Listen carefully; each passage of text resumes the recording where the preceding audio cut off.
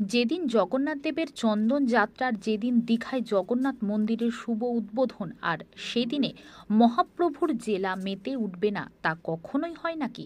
তাই এদিন সূর্য ওঠার আগেই জগন্নাথ দেবের চন্দন যাত্রা এবং জগন্নাথ মন্দির উদ্বোধন উপলক্ষে শান্তিপুরে এক প্রভাত ফেরির আয়োজন করা হয়।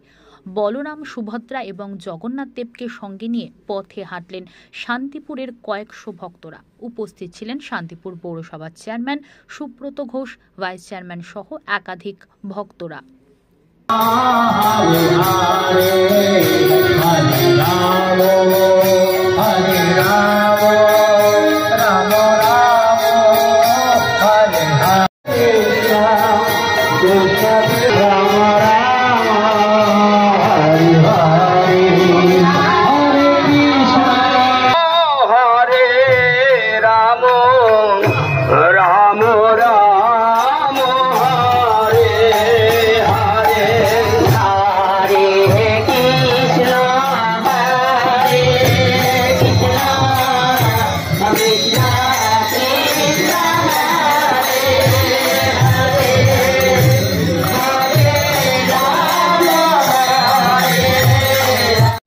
বয়স্ক লোকের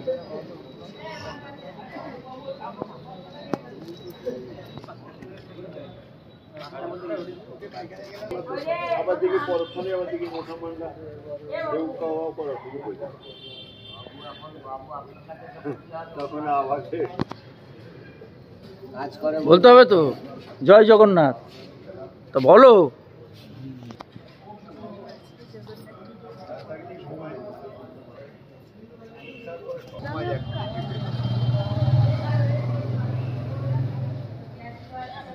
আগে চন্দন যাত্রা, এই পুরীতে চন্দন পুকুর আছে একটা, সেই পুকুরে জগন্নাথ, শিব সবাই মিলে একটা নৌকায় করে ঘুরবে, চন্দন মাখানো হবে, পরিক্রমা হবে পুরীতে।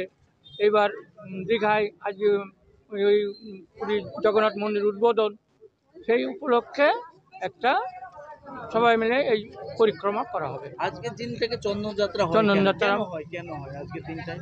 চন্দন যাত্রা কেন হয়, চন্দন যাত্রা কেন হয় এটা অনেক পুরনো, কিন্তু ওই সমস্যা হচ্ছে অনেক কথা। তো এই যে মাধবেন্দ্রপুরী আছে, এই যে মাধবেন্দ্রপুরী আপনার ওই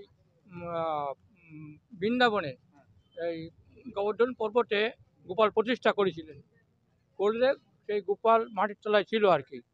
সেই মাটির তলাতে গোপাল তুলে ওই ইয়েতে বৃন্দাবনে ওই গোবর্ধন পর্বতে প্রতিষ্ঠা করলেন।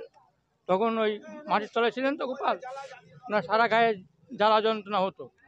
তখন ওই মাধবেন্দ্র পুরীকে বললেন ওই গোপাল স্বপ্নে, যে তুই তো আমার খুব যত্ন করছিস, সেবা করছিস, আমার গায়ে যে যন্ত্রণা জ্বালা এ কিছুতেই যাচ্ছে না, তুই পুরীতে গিয়ে চন্দন মলাই চন্দন এনে আমার গায়ে লেপন কর, তাহলে আমার গা ঠান্ডা হয়ে যাবে।